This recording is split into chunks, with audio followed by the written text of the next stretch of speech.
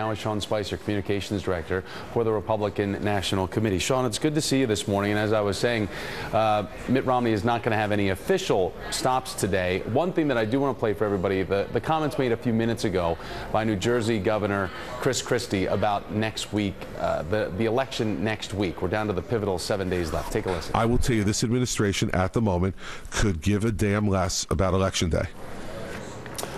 All right, so saying could give a damn less. I know that Chris Christie has said that he's been on the phone overnight with the president, talking 3 times personally with him about the needs of people in New Jersey. Mitt Romney, again, having no official campaign stops today.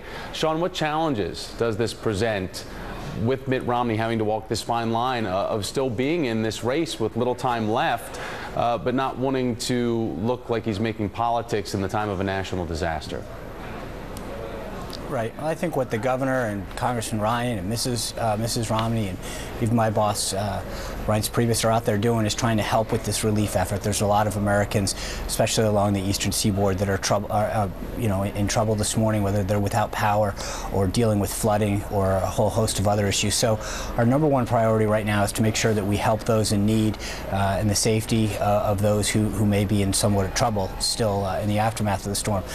There will be time to get back into politics, but we've got 7 days to go. I think right now, for the next 24, 48, 72 hours, whatever it takes, we need to make sure that we're focused on helping those in need, and everything else will take care of itself. As we know right now, that help is going out through FEMA, mobilizing its resources to help the governors impacted by Sandy and the people in their states. However, last year it was during one of the primary debates where Governor Romney had this to say about what should happen with FEMA. Take a listen.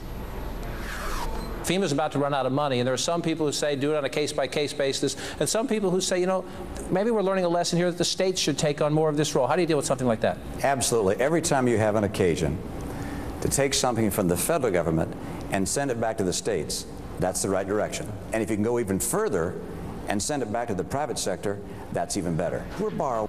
Sean, as we know, overnight the president signed these major disaster declarations for the states of New Jersey and New York, and governors like Chris Christie, they seem to be grateful for the help of FEMA and the president.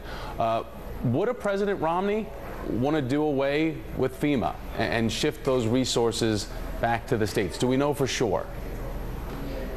Yeah, absolutely. He is not opposed to that by any means. I think what the governor's talking about, and we've seen cases in the past of this, is trying to make sure that FEMA is the most effective agency possible in terms of helping both states and localities deal with disasters. And how FEMA is funded has always been a major concern, in the sense that the way that it is budgeted for is not one in which is reliable or one that we can that states can depend on. So I think looking at how we fund FEMA and how those activities are streamlined to help states. And again, you look back several storms, and there's a lot of criticism of FEMA. So I mean, getting to an agency, allowing an agency to operate more effectively, and ensuring that states and localities are receiving the funds they need to operate in the most effective way to help their people is what this all comes down to. The RNC's Sean Spicer. Sean, thanks for taking time for us this morning. We appreciate it. You bet. Thanks, Thomas. So we are just learning that President Obama is going to be holding an